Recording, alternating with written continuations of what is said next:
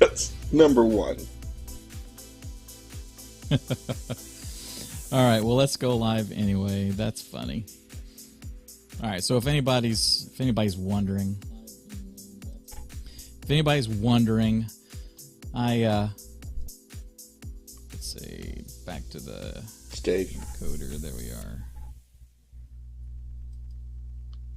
Go back to the dadgummit. What is all this crap? All of a sudden, I'm seeing. I don't know. I mean, I'm showing that we're live now. Good. Hi. Christopher's like, "Are we live finally?" Yeah, well, yes. so kind of. I've been live the whole time. Yeah. I just don't know that anyone knew I was live. Like, I never stopped living.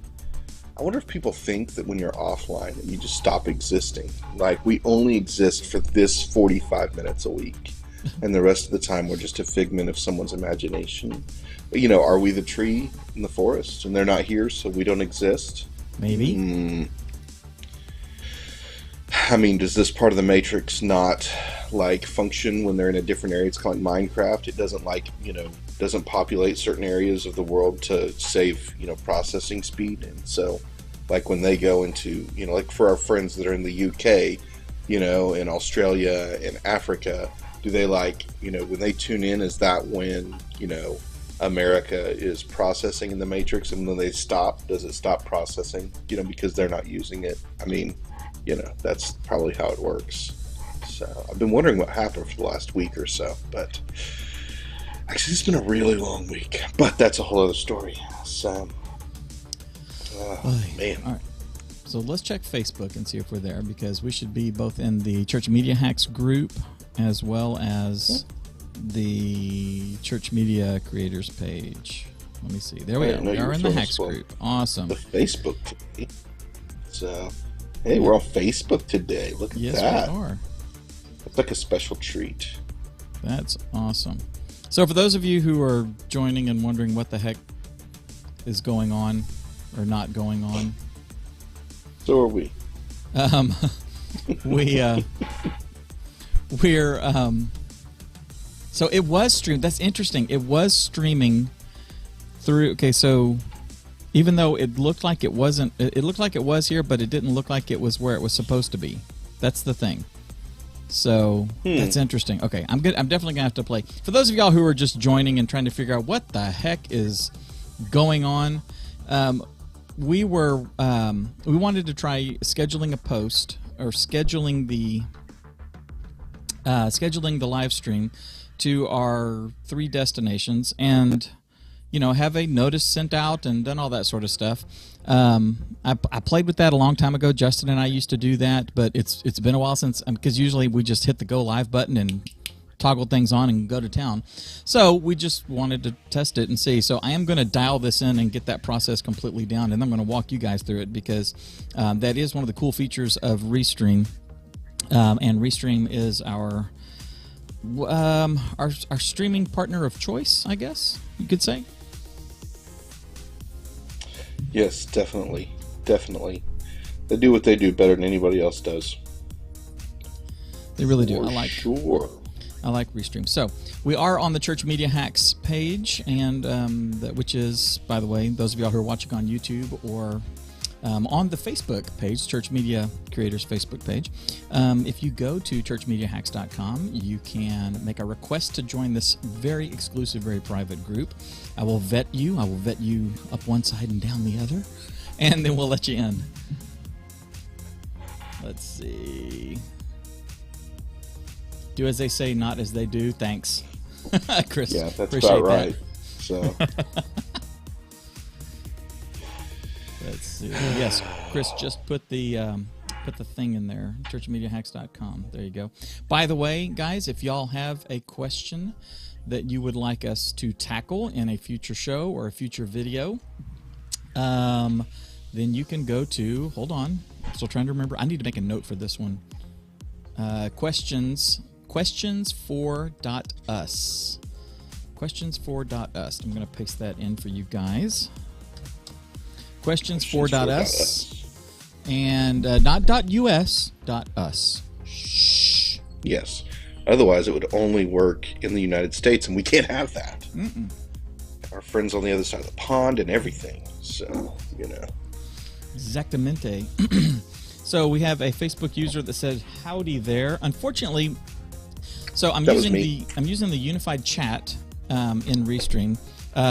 Bring that up, Curtis, if you don't have it. It's actually really cool. The one thing that I don't like, and I'm not sure if this is it probably is. This is probably an issue with Facebook.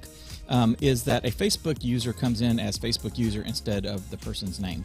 So like our buddy Adam Shuckman had said peekaboo, and it didn't say Adam Shuckman, it just said Facebook user. Just says Facebook user. Yes. Very nondescript. Well, it's a very accurate description, when you break it down. Yeah. I mean, because everybody, all we know is he's meta. That's all that matters. Yes. He's just meta. Adam is meta. Let me see. Meta. Adam, okay, so you meta. said howdy there. So that was you, yeah. the host of the show. That was me, Facebook user. Yes. That is awesome. So if you are live streaming at your church, do me a favor and say yes, and then put the link to your live stream in the chat here, because I would love to go and see y'all's stuff. We're not going to do it during this show, but I would love to see your stuff. And that's one of the reasons why we put questions4.us. We want to be able to help you guys to take your stream to the next level, and we would love to see what you're doing. And then if we can offer any thoughts or comments, we would love to be able to lend a hand when we can. Curtis, you seem to be one light down. What I'm not. That's the weird thing. I think it's just my ambient light from outside is so dim. Oh, I'll open the blinds. It is, because it's really dark outside right now. Cloudy. I'll open the blinds. It might help. Yeah, Canada's messing us up.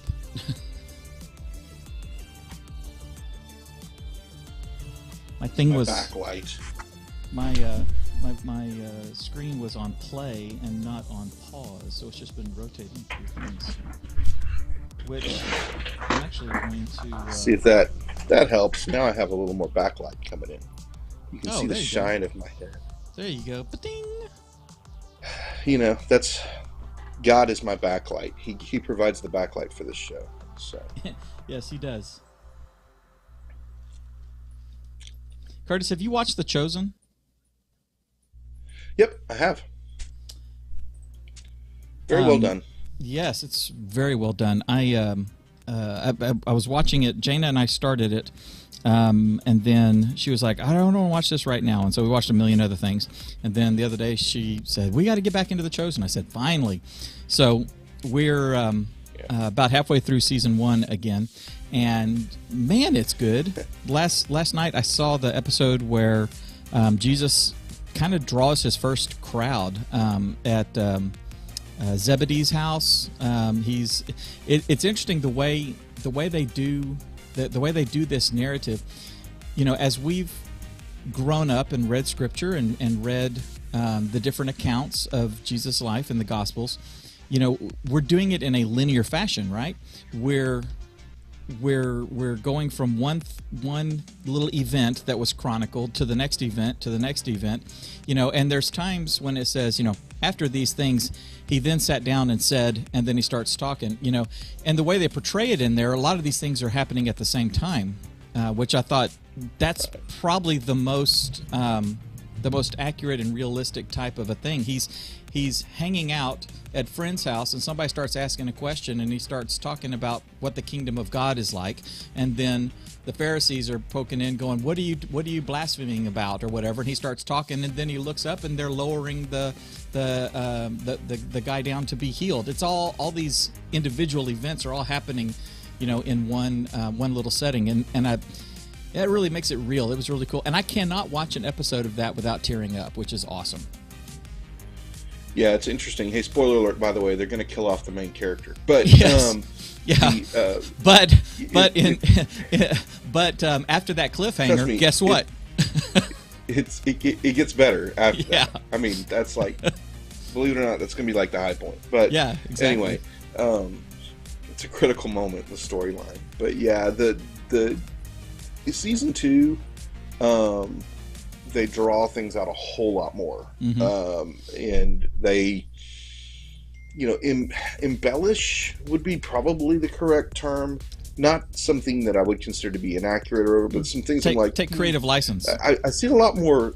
I see a lot more American culture in season 2. One of the concepts when you talk about hermeneutical, from a hermeneutical standpoint, like how to study the Bible, how to understand. That's when Herman teaches you, right? You sit in Herman's class, and he teaches you the hermeneutical style.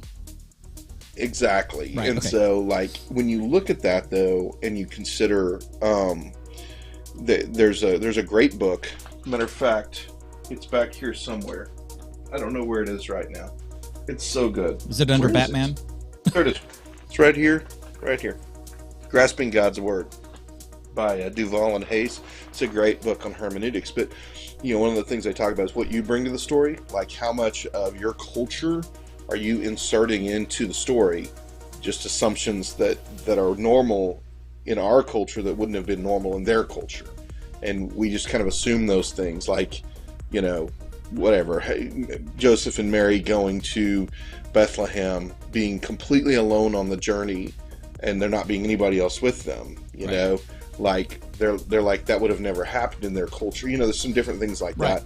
So to me, season 2, you see a lot of American church approached things in the way that they approach the whole Sermon on the Mount concept, like it's a Billy Graham revival kind of event. And so it's kind of interesting to see how they navigate that.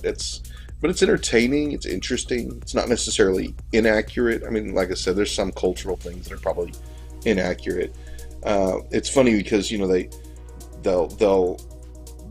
talk and they'll use like biblical words and stuff, and then all of a sudden they'll just use like modern slang almost, and it's like, whoa, wait a second, like, where are we here? But I like that. It makes it more relatable, and that's one of the things I've heard Dallas talk about, is that first and foremost, this is a TV show, and so it needs to be entertaining, it needs to be gripping, it needs to be thrilling, it needs to have all those things. But he's also got a team when he is scripting or working with the script writers, and they come to a part. He'll sit down with a Messianic rabbi, a Catholic priest, and an evangelical, and they all sit down and they all go into a bar. Yeah, exactly. They run into a bar. Getting at some kind of joke. That's right. But they go through it and they break it down, and they say, the Catholic says, in church tradition it's X, and the rabbi says culturally, this would happen or this would not have happened. Part of it was one of the big things was when Peter and his brother were fishing at night on the Sabbath. He said that would not have happened. There was only one reason that you could break the Sabbath law of not working or something, and that was like if your life depended on it. And he made the case. He said, well, his life, was depending on it, because if they didn't get the taxes paid, then he was going to go to jail. His family was going to fall apart. The whole type of thing, and that's the way he saw it. And they all agreed, okay, right. that could work. They created a story to create a circumstance for that, right. And that's just what you have to realize. It's a TV show, and it's a TV show that acknowledges what Jesus did and has done. It acknowledges the life of the disciples, and then it embellishes and gives you background stories and things. It's extremely similar to the Christian fiction that's been out there for so many years, where they write about a character. They wrote, like, there's an entire book about the centurion, right? And it's historical fiction, and it's the centurion and his experience and his life and all this kind of stuff and his experience with Jesus. It's all speculative, but it's like, hey, that person existed. So it's a lot like there's a lot of movies out there that take the original story and makes them really interesting. And Ben-Hur, oh my gosh. Yeah. The longest movie ever. Oh man, I watched that movie when I was a little kid, and I mean, was like the only thing to do. My grandparents were playing canasta at a friend's house. They would go every Friday and play canasta. And my parents were like doing something, so I was with my grandparents. They took me, and these people had no kids, so they're like senior adults. They never had any kids. And so I go there, and they put me in this room with a TV and a VCR, and the only movie they have is Ben-Hur. That's awesome. For 4.5 hours. Well, I watched Ben-Hur. The remake from about 6 years ago, was really good, and it was, it was only like 2 hours. It was good. More brief. Yes. Hey, more brief. should we start the show? We should probably Absolutely. start the show. Don't you think? All right. Let's do that. So everything is good. Everything is going. Here we are. Good morning to everyone. Let's see. Emmanuel from Nigeria. Awesome. Awesome. Curtis and I have some very good friends from Nigeria, members of our church. Fantastic to have you. Thank you so much. They're going with me on mission trip next week. That's right. That is right. By the way, Curtis will not be here next week. I'm going to be flying solo. So if you guys have a topic or something that you want to talk about, leave it here in the chat or go to questions4.us and drop it in there, and I will pick a topic or two and do a show about it next week. All right, so I'm going to turn down the music.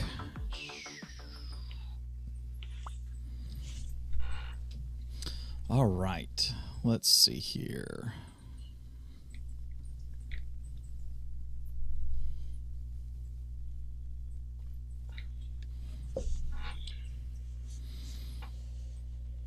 All right, we are going to start, folks.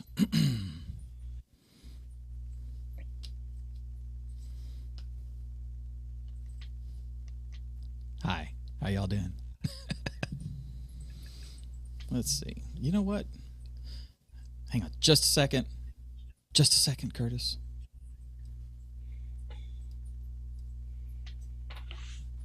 There we go. It's my OBS bot. Love this little guy. Okay, here we go.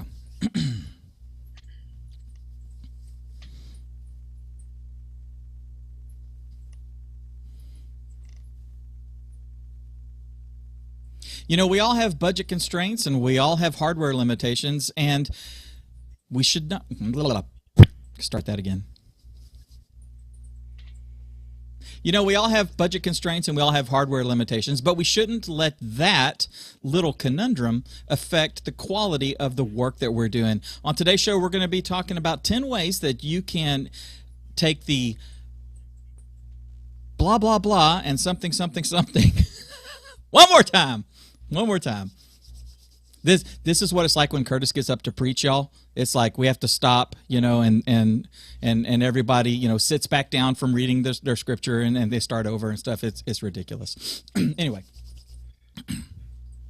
we all have budget constraints and we all have hardware issues, but we shouldn't necessarily let that stop the perfection that we are trying to do or the quality that we're trying to put out. On today's show, we're going to be talking about 10 ways that you can make your live stream look more professional. With me, as always, is my lovely and talented cohort, and he's like wearing blue. We didn't call each other this morning and say, what color are you wearing? But it's apparent that great minds think alike. Curtis James, thank you for being here, sir. It's good to be here. Yeah, we actually called each other every other day this week to coordinate, but we didn't call today. So I guess we're just in sync with one another today. Right. So at no point are we going to interrupt each other, right? Nope, that's right. And tomorrow is Friday, which means kilt day, so don't forget that. No, I don't wear kilts. He's got nice legs. Dave does. All right. Shorts. That's it. I'm getting a kilt. Mark it down. I'm getting a kilt. I totally believe you. Curtis, one of the things that I remember when I started doing the live stream at our church, for years I wasn't doing it. I was, doing other production stuff, doing Geek Beat and Geek Beat Live and doing other things. And on Sundays, I just wanted to come and be a regular person. And I remember I went up to the booth at one point, and I was talking to, I think Joel. He's one of our media techs. And we were talking, and he said, hey, can you take a look at this real quick? And he asked me something about the live stream. And when I realized what was happening and what was going out, I was flabbergasted, and I pulled up a chair and sat down and started tweaking things. And from that point forward, I've been working up there. One of the things that I remember, and somewhere in here, I actually downloaded a video of one of those broadcasts, and if I can find it, I'll put it in here in the video just to show you guys where we started from years ago, and then where we are now as a just sort of as a as an AB, so that you guys can see where you can come when you focus on it. But one of the things I remember was that we had a high def camera that we were running into this little converter that dropped it down to standard definition. Don't ask me. And then took it into only an encoder. It was the old Flash Media encoder that was from I guess from Adobe, and we were sending out a 500K stream. That is half a megabyte or half a megabit stream going out there. A good audio stream is 500K. It was blocky. It was junky looking. It was a wide shot all the way from the back. The pastor was this big. And when I saw that, my very first thought was, oh my gosh, this is what people think of our church. And it wasn't it wasn't from a pride standpoint, that I didn't want people to think bad about us or anything. My thought was for the people that were looking at it and that would church shop, for lack of a better term, and may come to our church website and try to see, what's the pastor like? What's the is he a good preacher? Is he biblically accurate? Has he got good doctrine? And I was kind of ashamed that they would be fighting through visually to pay attention. And so from that point forward, I started, making some tweaks, and I took some of my equipment up there and started doing it. But I know that we're not the only one. We aren't the only church that has experienced that. We're not the only church that has limitations that are imposed maybe because of equipment is not set up properly, settings, broadcast software settings are not set up properly, or maybe just the lack of knowing where to look to make these sort of things. But that's what we want to talk about today. And Curtis and I have come up with, I actually added 2 more, so I think we have 12. But we've got 10 to 12 ways little things that you guys can do that can take your live stream and just focusing in these little areas, you can really up your game and not necessarily have to spend any more money. Just kind of use what you have. Yeah.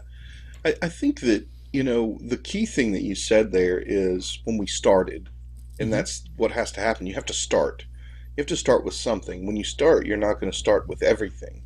Unless you're in a really unusual setting, there's like a selling point that has to be made that says, okay, I'm going to start to do this. And so there's a model for us to be able to look at and say, okay, how are we connecting people? People are giving us feedback. You may start it saying, I know we need better stuff than this. I know we need more than this to do this really well.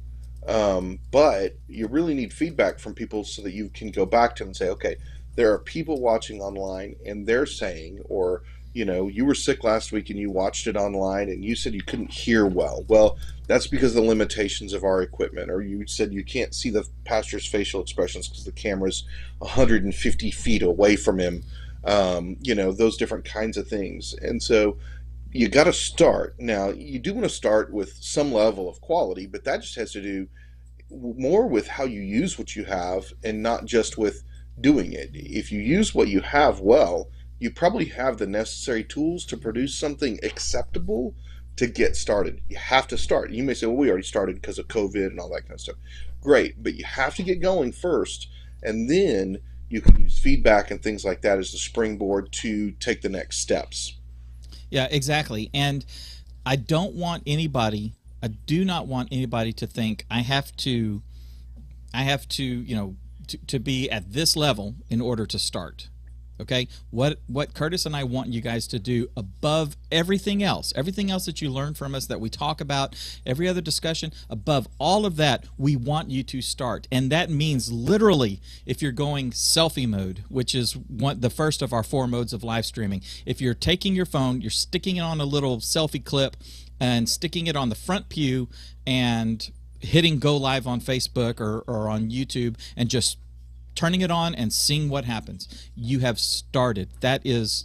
You've started, and that is the most important thing. So many people try to make things perfect. I've talked to so many churches. A very large church in West Texas. Their media guy's a good friend of mine, and we were talking 5-6 years ago. And I said, "How come you guys aren't live streaming yet?" "I don't want to do it until we can do it right." And I said, okay. And then, but we were there visiting, 3 or 4 or 5, 6 months later. And I said, "Have you guys started your live stream?" "Yeah, I don't want to do it until we've done it right." And I just remember walking away going, my goodness, there's what is right? What is it that perfection is the perfection is the enemy of accomplishment, is something I've been saying for a few years. If we strive for perfection, it's not going to work. What did you and I do today? We tried to schedule an event using Restream, and we got that part done, but I didn't have the vMix software set up like that. We just tried it. We just sort of went for broke to see if it works. And we made some mistakes. We had to start over, blah, blah, blah. Doesn't matter. I wasn't trying for perfection. I was trying to accomplish something. So just keep all of that in mind. If you can't do any of this, if you can't, if you look at another church and go, we can't do up to that level, that is irrelevant. For your people, for your situation, if you just grab your phone and hit go live, great, you've started, and we applaud that. And now we want to help you go just a little bit further. So yeah, it's a lot like having kids. I have young couples tell me all the time, well, we're just not ready yet. We're not ready yet. We want to get a good financial base. We want to get this. We want to get that. Well, if you have kids, what you know is you're never ready. You're never going to be ready to have kids. You just got to have kids, and you got to start parenting them and walking through it. And yeah, there's things you can do to prepare, and those are all good things. But when it comes down to it, you'll never be prepared. And I think the same thing's true when we talk about live streaming. You got to take what you have. You got to make sure you're ready to use what you have, and then you just got to jump in and start. And once you start, then you figure out what you need. You will never know everything you need until you've already started doing it, when you talk about live streaming or parenting, to be honest with you. That's right. Tommy, one of our longtime, in fact, Tom Willis, if you guys see him in the chat, everybody say hi to Tom. He is the original viewer, the original fan. He has not left our digital side in the years that I was doing this with. When I started with Toby, when I did this on my own, when I did this with Justin, and now doing this with you, Tommy has been there. He's been the consistent thorn in my side. I mean, the consistent viewer and a test case. And he makes a really good point. He says, when you start live streaming, expect to make mistakes, own them, and get better. That is exactly right. You are gonna make mistakes, and if you're a member of the church staff, or if you're the pastor and you're watching this, or the worship leader, I highly encourage you to take the mindset that Jason, our worship pastor, and Curtis both, and our pastor, the entire staff, we want to provide excellence in everything that we do. But we understand that mistakes are going to happen, and we don't berate each other. We don't go, oh my gosh, you're screwing this up. Move, I'm going to take over. There's none of that. And I've heard some of those horror stories, and I'm sorry for those of y'all that have had to go through this. And if you're a pastor that puts that kind of pressure on your volunteers, please don't do that, because they're volunteers. Remember that. And if you put that on your staff, please don't do that, because your staff could resign and go to another church where they're appreciated. So please, just remember, we're all going to make mistakes. The pastor, you make doctrinal mistakes, believe it or not. So we're going to make mistakes, we're going to adapt, we're going to overcome, and we're going to keep moving forward. Let's start with the very first thing. Oh, I'm sorry. Go ahead. Yeah. No, I was going to say, let's dive in. Let's talk about what we got here today. The very first thing that I want to encourage everybody to do, if you have a camera, regardless of the camera type, when they come out of the box, they all have they want you to have the best experience possible right as you turn it on. So I mean, you've turned on the camera for the first time, you set the date, you set the time, set the region, whatever, all that sort of stuff, and then you're ready to shoot. Put in an SD card, plug it into HDMI, hit record, do whatever. They want you to be successful right out of the box, which means they set everything up in automatic mode, which means that the exposure is automatic, the focus is, tracking faces, or maybe not tracking faces, looking for eyes, doing something like that. Everything is set to work without you having to intervene. Now, that's really cool because you can get started very quickly with that, and a lot of you probably have your cameras set in automatic mode. And the best thing that you can do to increase the quality of the image is to turn on your manual settings. Even if you have a little, $300 Canon Vixia like this, or a little Sony, or a little Panasonic or something, just these little, this is like a $300 little camcorder.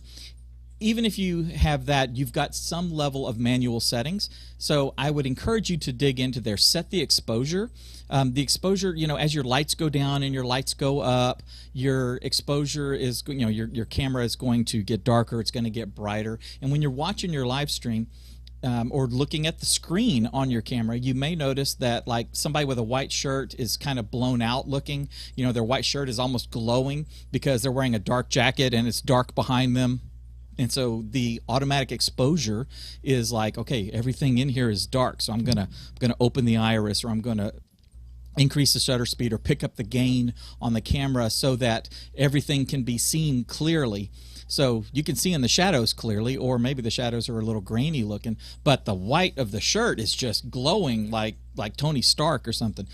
Set that exposure manually. In a lot of these cameras, when you go into manual mode, you can pick something on the screen. You can touch something on there and say, set it to this. I always go for something that's close to kind of like a neutral gray, like a, halfway between white and halfway between complete black. And it may be the purple color on your wall. We use purple and blue lighting on our wall. If I'm looking on the stage, it's like that's kind of the closest thing to like a halfway point. You can just touch that and then set that exposure, and it's going to lock onto that, and it's going to say, I'm going to make sure that no matter what happens, we're going to have a consistent exposure. And then when you get somebody on the stage, you can slide that little slider back and forth a little bit just to tweak. That's going to make a huge difference right there. Yeah, I think that, using those settings is important. If you have the ability to white balance, Definitely. always white balance. Definitely. Always white balance. It is a key for you. You'll be fighting the whole time. If you don't do that, you'll fight it the whole time you're streaming, and it'll just eat your lunch. So white balance before every service. And for those of you who don't know what white balance is, basically your camera has different settings. So when you're going through like the scenes or the modes or the set, you may see like daylight, tungsten, overcast, cloudy day, things like that. You may see those things. Those are different temperatures, color temperatures. Those are different white balance modes, right? So there should be something that looks like a couple of little wedges, facing each other. That's going to be where you can determine what the white balance is. And when we say white balance, you're going to tell the camera what white is. Okay, you're going to make that very specific determination. Now, at our church, we have a big poster board. We're about 70 feet or so from the stage to where the cameras are. So we take just a nice white, got it at Kroger poster board, and we hold it up. Someone stands on the middle of the stage. They hold it up. We zoom the camera in, and then we tap on the set thing, and basically we fill the entire screen on the camera with that white card, and we say, "This is white." And all the other coloring, all the other settings on the camera are going to adjust with knowing that that is white. And what that gives you is skin tones that look natural instead of someone that's kind of, more pink. If they're pink in real life, they're going to look more. They're going to look pink on the screen. If they're more olive colored in real life, they're going to look more accurate on the. If they're like Curtis, suffering from chromodomia, it'll all be nice and accurate looking, and that's what you want. So white balance, manual exposure, those two things. You need a really good filter if I'm on there. Let's just be honest. But hey, Dave. So, question for you. Yes. Um, Most of these cameras come with backlighting capabilities as well, but you have the ability to control that backlighting in the setting. What do you advise people to use as far as the backlighting features with a live streaming a service? I look at the backlighting kind of as a as one of the automatic features, and I choose not to do it. I try to make those adjustments using the manual exposure. Um, our eyes are going to adjust when you're sitting in the pew or walking around in the room. Your eyes automatically adjust, and they adjust, in I mean fractions of a nanosecond. Where I can be looking at you, and the stuff behind you is kind of dark, but as soon as I look at someone right behind you, they're lit up better. And when you're using backlighting, you're trying to keep the things right in front exposed properly, and then you want to take some of the darkness in the back and bring it up a little bit. I choose not to do that. Depending on the camera, sometimes if you have a small sensor like these cameras, these are great, very inexpensive cameras, and they're a great place to start. If you've got 250 or 300 bucks, you can have a dedicated camera. But it's also got a really small sensor, and when you have a really small sensor, then you don't necessarily handle low light situations very well. If the camera I'm using right now has a 1/2 inch sensor, it's a broadcast quality camera that I've been using for about 12 years now, and it has a very large sensor, and it works really well in dark situations. So if we were using this one that I'm on, if we were using this at our church, and it was the stage back there is dark, you're going to be able to see clean darkness, for lack of, or there's someone standing in a shadow. You'll be able to see them clearly, or more clearly than you would, say, with its little brother here that has a very small sensor. It's going to look kind of grainy and kind of get fuzzy looking and stuff. So I say keep backlight off. Test it and see, is it a dramatic difference? Is it a kind of a wash? It's not that big a deal. I say if you can adjust the exposure, do that. Adjust the exposure, adjust the aperture if you can. On most camcorders, aperture is really not that big of a deal. Trying to set it, it's not like working with a like a mirrorless or a DSLR camera, because the sensors are so much smaller. But shutter speed is something that you can set manually. So if you can set your shutter speed manually, that will get rid of that flicker from your LED lights or your fluorescent lights or whatever. The manual settings, explore those in your camera. You can dial in a much better looking image. And the cool thing about it is when you are using those manual settings, even a camera like this can look 5 times to 10 times better than it does on automatic settings. That's one of my keys for these lower end cameras. Manual settings can yield a much better result than letting the camera take care of things on its own. Yeah, and so Dave, there are certain things that are true no matter what we're using equipment wise, as far as how we get our shots and things. Mm-hmm. So if we're using equipment, whether it's really good, okay, or we're just getting started, what are some ways we can take what we have and make sure we're good quality shots for them? Framing is or composition, you're going to call it different things, is something to really focus on. A lot of times when people are getting started in their churches, they will set the camera on a tripod in the back of the room, and then they'll frame the shot so that you can see the stage. We've got a guy playing guitar over here, we've got a drummer back over here, we've got the worship leader, and maybe his wife is singing. The two of them are the worship team, and so I want to make sure that I get I don't want to cut somebody off. You're thinking like that as a new videographer, and that makes complete sense. That's a natural thing. I want everybody on there. When people are watching this, I want them to see, Bobby playing the bass, and Corbin playing the drums, and Cody playing the guitar, and Jason up front singing. I want them to see all of that. However, that's called a wide shot.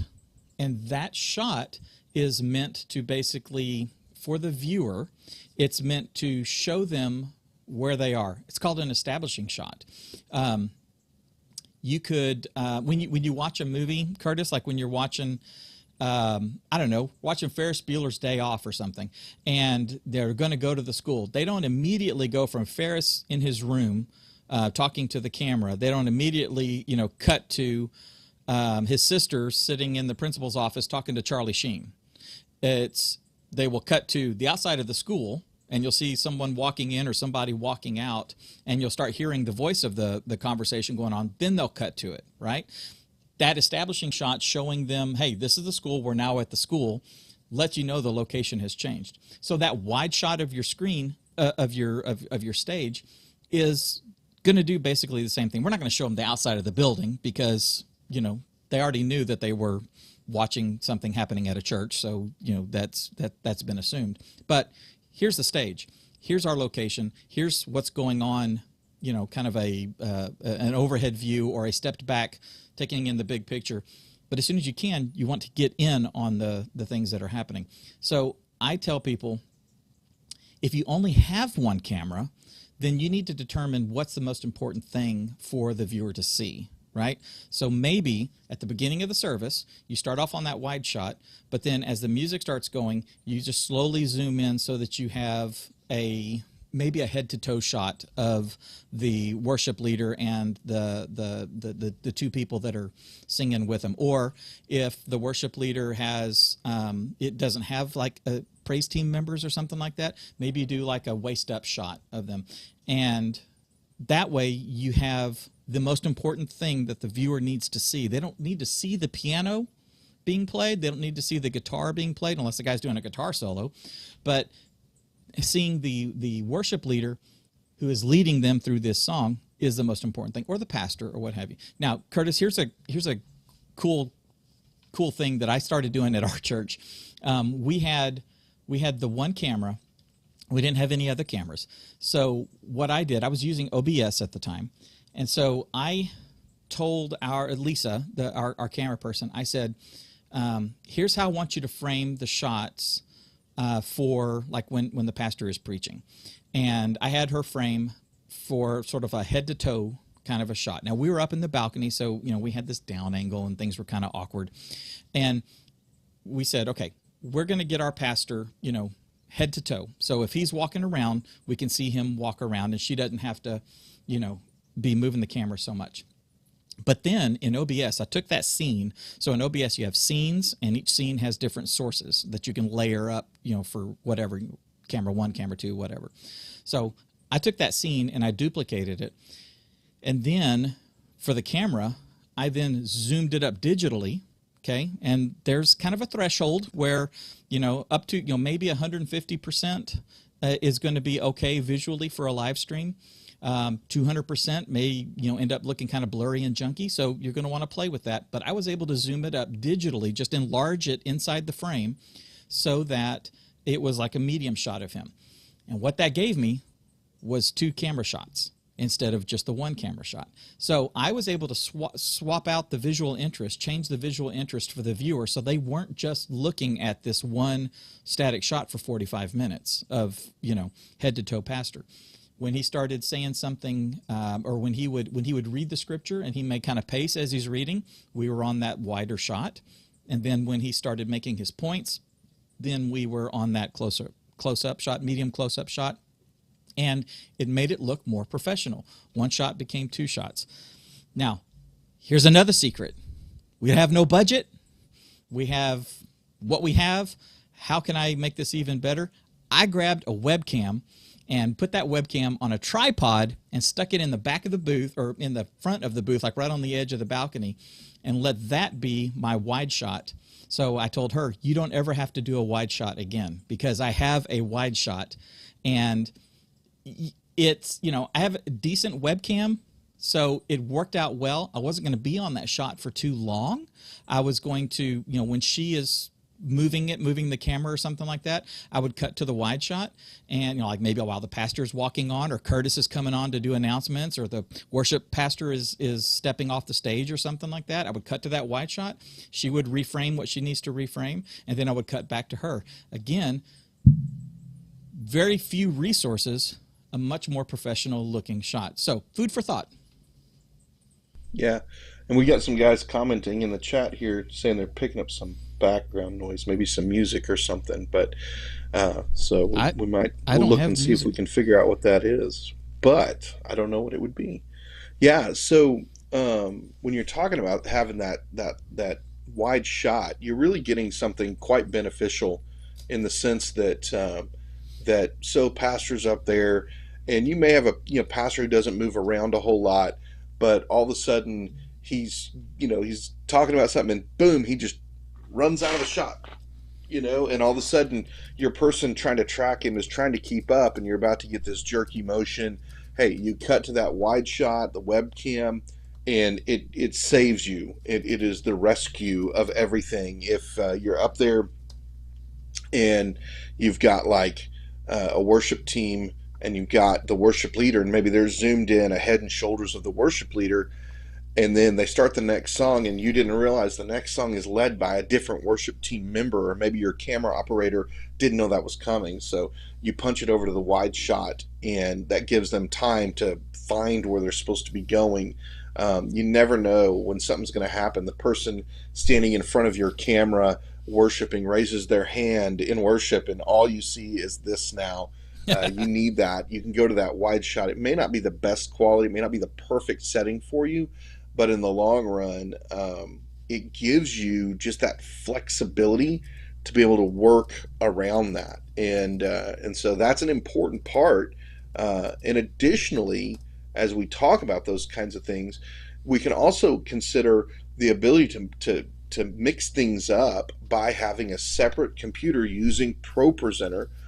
So hopefully, the computer you're using for streaming is not the same computer you're using for ProPresenter for your lyric presentations. Because one, it'd be hard to manage both at the same time on the same system, and two, it's very taxing to your system. And so, what you can do though is if you have that, then you can NDI your ProPresenter out to an input in your whatever you're using to mix with, even if you're using OBS or something like that.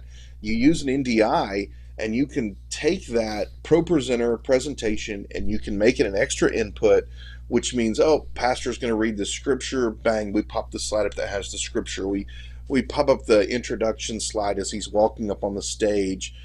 We can use it to transition in and out of things. We can even use it if we have one camera to change our camera shot. Okay, we're going to have this shot of the pastor. Now I'm going to go to a slide from ProPresenter, and now we're going to change the shot. And now I'm going to go back to the shot. But I know I always have that ability to kind of just pop up what's going on the screen. It gives people something different to look at, something to read, and also gives you the ability to transition into a different shot if you have limited cameras. So having ProPresenter for that really is extremely helpful to keep things interesting, because it changes everything they're looking at, and then and we're back, so Right. it'll really liven things up for you a lot. Right, and remember that our job as the media creators, the church media creators, the production team, the live stream engineer, our job is to show the viewer what they need to see when they need to see it. So keeping that visual interest rotating and changing like that helps do a little visual reset, a psychological reset. It resets their brain that, oh, I need to pay attention again, because talking head stuff can kind of get on and on and on and on, and you kind of get glassy eyed. You see people nodding off in church. Well, that happens in front of the TV or in front of your laptop or phone too sometimes. So that's a fantastic thing. Curtis, let's talk audio for a sec. Um, Well, what do audio, we do? you got Yeah, to be able to hear. yeah, exactly. What do we how can we take a small type of an audio setup and make it sound make it sound a little better, a little more professional than you know just what we're doing. One of the things we got to realize is just how we use our mics. And Mm. this is true in live audio, but it's true in streaming as well. And that is, you may not have a whole lot of different microphones to work with. You may be dealing with a small sound system or something like that. What you don't want to do is you do not want to use the microphone on your camera. It's going to be boomy. It's going to sound like junk. Even if you can put a boot on there and put some sort of shotgun mic on it or something in your sanctuary, it's really not going to give you a great sound. So depending on what you're doing, if you're trying to stream your service, the first thing you need to understand is you probably have good microphones at your disposal, and if you don't, there's stuff that's pretty cheap. So let me give you an example. The good old Shure SM58. Okay, this is a Shure SM58. It's a $99 microphone. It's been $99 for like 15 or 20 years now. They haven't changed the price, and they haven't really changed the microphone. An SM58's the most common microphone to use. Most churches own at least one of these guys because, one, they're an industry standard, they sound good. Two, they're extremely durable. You can take this sucker, you can chunk it across the room, and it'll put a hole in your wall, and you can still plug it in and use it, and it'll still sound good. SM58s are a great, just standard microphone, but they are a cardioid shaped pattern, so heart shaped, and they're supposed to be close to the mouth. And so if you're getting it, any further than this, then you're going to be creating an issue with your sound. It can be used for singing, it can be used for speaking, it can be used for other things, because it has this little brother named the SM57. When you look at them, they're very, very similar microphones, just have a little different head right here on them. And SM57 used to be $10 cheaper. Now it's the same price because Shure stopped pretending like they're different microphones. They're really the same microphone, okay? The difference is the head on it. You can see the SM58 is designed for vocal use. It's got a big foam. It's got a foam underneath the hard metal screen here. The metal screen's hard enough that you can drive a nail with. I've actually done that. Don't tell anybody, and it still works. And then you've got the 57 has a small plastic head. It's more narrow, like a little cigar-shaped mic. You can actually buy a windscreen that goes on top of it. Looks kind of cool, and could be good if you're outside. They say this is a vocal mic and this is an instrument mic, but I want to show you something that keeps you from buying one for vocal and one for instrument, and that is this. Vocal mic, instrument mic, okay? Now, you can look at these. They're the exact same internal electronics, and you can look at the heads, and they look awful similar now, don't they? Mm-hmm. Now, this has a metal windscreen on for protection, and all you have here is the foam, so this isn't as protected. But if you're needing to stick a mic inside of your cajon, do this, and you don't have to buy a second microphone. Put it back on if you're using it for vocals. If you're wanting to mic a guitar, don't just put this with the big windscreen on it. It's going to mess with your sensitivity. Take it off. It still has a windscreen, a foam windscreen here. Put it on in front of your guitar, in front of your cello, whatever it is you're needing to mic, in front of your kick drum. It's going to do pretty well. Guys use SM57s, or a 58 with the head off of it, for snare drums, toms, all that kind of stuff. It's an extremely versatile microphone. I even have a friend who AB'd a bunch of microphones for voice, for choirs, and they had a choir he was in an academic setting, a big old vocal group with professional singers in it, and they tried about 10 different microphones, some really expensive stuff, some Neumanns, which I'm a huge fan of, by the way, and they actually settled in that they liked the way the SM57 sounded best. Now, they were a high gain choir, but it just gives you the picture of how versatile this mic is. So don't think that you've got to go buy something else to do something. You may already have what you need in hand, and having a good mic or good mics is obviously the key. Now, there's cheaper stuff out there, and they're okay, but they aren't as good, and it doesn't matter. I've heard the arguments, oh, this EV came out with this mic and it sounds just as good. It really doesn't. Is it close? Sure. The question is, how much less is it? If it's a $50 mic versus a $100 mic, and that's all you got, then I guess buy the Behringer, and you'll be okay with that. There is going to be a vocal quality difference between the two microphones, so you do have to keep that in mind. If you're streaming something like this, you don't really have to have a 57 or a 58. You can use one of those Behringer mics because you realize the people on the other end, they're listening on computer speakers, phone speakers, AirPods, and things like that. You're not getting the same range as you are when you're trying to stream something, you're thinking somebody might be listening to this on their TV with their sound system or on their computer with their sound system, and I'm trying to produce music and different things like that. So those are all things to consider when you talk about microphones and streaming. And there's different options that are available to you. So when you talk about mics, you can be recording your service with your phone, and we've talked about this. This is kind of starting level one. You can add microphones to your phone, and that's great. You can add a Bluetooth mic that you can set up on the podium, and so you can hear better, different things like that. That will upgrade your overall audio quality. You do not want to use the mic on this phone. It's just not that good. And so it's going to sound bad if you use it.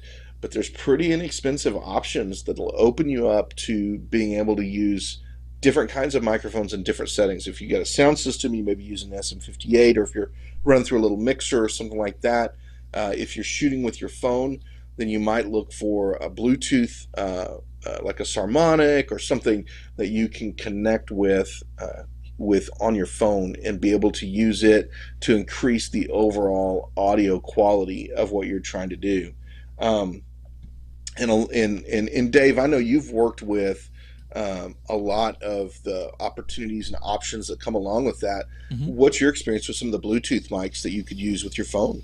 So I have one. I don't have it here. I think it's actually in my backpack. I carry it with me, like when I'm traveling and stuff, in case I need to do something just like this. Boy, I wish I had. I didn't look at the notes thoroughly. I'm sorry, guys. Before the show, I could have grabbed a few of these things. But when I'm shooting, let's see. Do I? Yeah, I don't even have it set up over there. When I'm shooting with my phone, if I'm doing something like an announcement video, and I've done announcement videos on my phone before, I have Rode and some of the knockoff companies as well make a great little mic. It's like the Rode VideoMic Go or VideoMic Micro or something like that. It's a great little mic. It's about the size of a tube of lipstick. And when you're using that mic, if you get the right version of it, it actually comes with different plugs for it. So for me, I have used it on my Panasonic mirrorless camera as a microphone, like a little shotgun mic, and it plugs right into the mic input. Or if you have like your iPhone or an older iPhone, or if you have a one of the newer phones and you need to get the little lightning adapter or whatever, it'll have the 3-conductor plug for it, so the TRSS, so that you can send the mic and the sound signal through the line. That's another discussion, but you can use it either on your phone with an adapter. My phone actually still has like a mic input, so it just goes right in, or you can use it on more professional level equipment, which is really cool. Now, when it comes with the Bluetooth ones, you can there are Bluetooth kits that you can get. I prefer to get something that actually plugs into the phone itself. So the one that I have it actually came with 2 little receivers. One of them is a USB-C, the other one is a Lightning. Now, the USB-C I plug into my phone, and it is a dedicated receiver for the microphone, which means I'm not using Bluetooth. I'm not using, I don't have to worry about like a phone call coming in and messing it up, or my phone trying to, connect to my microphone because my microphone is turned on but it's sitting across the room. I don't have to worry about any of that sort of stuff. It just plugs right into the bottom. And USB-C also plugs right into the side of my laptop, so I can use it as a microphone when I'm traveling, or if I need to do a Zoom call or something like that. It's really cool. Now, the next level up, companies like Rode, Boya, Saramonic, Hollyland, they all make these little mic kits that are 2.4, 2.5 gigahertz. Well, I don't remember what the exact range is, but they're digital microphones, and you can buy the single kits or you can buy the double kits. The double kits are really cool. In fact, one of the producers for another network, the Zonder TV network. One of the producers just bought one to use with her phone when she is out doing interviews and stuff. And so it plugs in to the bottom of your phone or connects to it, or to a camera, DSLR, what have you. And then you got 2 microphones. And so you can clip one, literally I'm trying to see, it's smaller than this, right? So, maybe this much of of my little remote here. Just it clips onto the lapel of your shirt. You can put a little windscreen on it, and then it just transmits to the receiver. You get great clean audio. They've got like a 60-foot range, which is really cool. And if you're doing an interview, then you can have one on you and one on the guest, and it's nice and clean. I have told people before to get a set like that, maybe $125. If they're just using their phone, if you can scrounge up $100, $125, you can have that phone on the front of the pew. And when the pastor is preaching, he may already have his wireless mic for the sanctuary and all that. You just clip this one on his jacket, and now you've got some pure audio coming in, and you've like minimal investment, and you're already streaming great audio and a pretty decent picture too. I think that knowing those options is really important, and realizing there are options for you that you don't have to spend a lot of money on, or Right. that you may already have the pieces that you need. So an additional real quick little thing that you can do, say you're wanting to stream something with music, but you're struggling with your service. Maybe you want to do something special for online. Hey, get your musicians in a room, drop a mic between them, just an area mic between them, and have them blend. And you can actually, if you got a guitar, cajon, a couple vocals, you can really blend, basically live mix themselves, and then you just have one level coming in. That's something you can do that gives you kind of an intimate feel without having to really mix a lot of things and having the gear to do it. You can also use effects and compression and some different things like that, and equalization, to take the equipment you're using and kind of raise the quality. So if you've got a soundboard or you're using some sort of audio interface, you have the ability to use effects. A lot of boards it's already built into. If you're using an interface, there's definitely ways to use these kinds of things and be able to really focus in. And so what you can do is you can take those things and you can use a little bit of effect, maybe give it some body, maybe smooth out the edges just a little bit with a little bit of reverb or something like that, a room reverb. But you also can EQ. So somebody's playing their guitar that plugs straight into your system, and it just doesn't sound very good because it's not a very expensive guitar and the electronics just aren't very good. So you're getting this mid-rangey, like clangy sound on it. Well, with the EQ, you can go into your mid-range frequencies and you can pull that down. You can even use a notch filter or your frequency attenuation, which we can talk about sometime, to kind of fine-tune that and pull out the frequencies that are really kind of cranking out through that instrument, or through your keyboard or whatever. You can use those tools at your disposal to upgrade the quality of your sound, and that's really important. But you also have to play to the strengths of your equipment and not try to overdo. So when it comes to audio, we tend to want to do too many things. Well, my soundboard only has this many channels, so I'm going to combine these two instruments on one channel, and I'm going to pan right and left to try to get the balance. I understand the need, and sometimes we do what we have to do. When it comes to streaming, you can't really get away with a lot of that kind of stuff. You can get away with that with live a whole lot easier. Right. But a stream is not forgiving. A room is forgiving. A room has natural reverb, has people in it, has acoustic sound happening in it. It'll be very forgiving. In a stream, you try to use some of those shortcuts, they're going to blow up in your face. You're not going to like it. So acknowledge that your equipment has limitations. And sometimes you just have to realize that, as well as acknowledge that your keyboard has limitations, okay? If you're playing a Nord, then, man, you're golden. You can use any of the sounds. You can use any of the stuff. It's all great. If you're playing a Casio, man, there's sounds you need to stay away from. Right. Their string sounds are awful. Horrible. Don't use them, Don't use their horns. Don't ever use horns on any of them, Right. ever. unless you're like arranging something. Even on the Nord, don't use it. Right. Which I don't even know if they have horns. I guess they do. I've never seen it on ours, but that's a whole other story. So like, look at, hey, I'm going to use pads, not strings. Well, pads, you can find good pad sounds from Casio, Korg, Roland, you know, Alesis, whoever. You're going to be able to find a good soft warm pad in all of those, in almost every setting.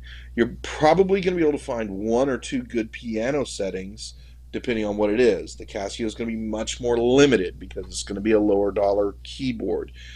You know, figure out what sounds sound good and only use those sounds. That's an important thing when it comes to keyboards. And a lot of it has to do with the attack, you know, the wah, you know, no, Right. okay, we want something with a smoother attack, different things like that. That's going to help you. Little things like that that can get covered up in a live audio room, a forgiving room, are blatantly obvious in a stream. And so They you are. need to understand the limitations of your equipment. And then the last thing I would say audio wise is there are tools available to you that are free. So for instance, if you're running everything through your computer, Pro Tools, which you're thinking Pro Tools, I don't have an extra whatever $800 a year or whatever I want, whatever it's going to be, the crazy amount. Now Pro Tools Intro is free, and it'll give you 8 channels, I think 8 tracks, free, with a pretty good level of functionality, including a lot of the plugins and stuff like that. Completely free. It's never going to cost anything. It's designed to be free because they're figuring at some point you're going to want that 9th track, and so that's their selling point. Good product. It is demanding on your system, so you got to realize that. But also know it's going to give you all these tools: compression, EQ, effects, at a very high level. Pro Tools being the industry standard for you know, audio through a computer. There's other things available to you too, but it really is the best. And when it comes to availability, it's free now, and there's tons of information, tons of tutorials online, and things like that. And so those are good tools to use when you're trying to upgrade your equipment. That's a free tool that can increase the quality of what you have without having to spend a penny increasing the quality of what you have. That is awesome. Folks, the long and the short of it is there are some things that you can do, some little areas that you can tweak that will take your okay live stream and turning it into a wow, this looks great kind of live stream. So experiment, take some of the things that we've said to heart, focus on framing, be sure you're tweaking your audio, do some things with intent, and you're going to end up with a really, really great looking stream. A lot better than you will going into it, I guarantee. Thank you guys for watching. We love y'all. Remember to take everything that you have learned here and use it to go change lives. We'll see you in the next video.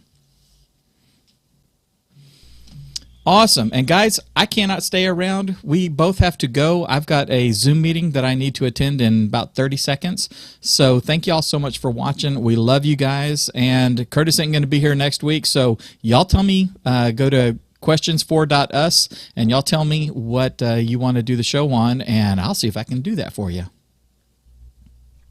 Yeah, you know, I might even try to watch. So Oh, great. y'all take care. Great. He's going to be heckling. This will be fun.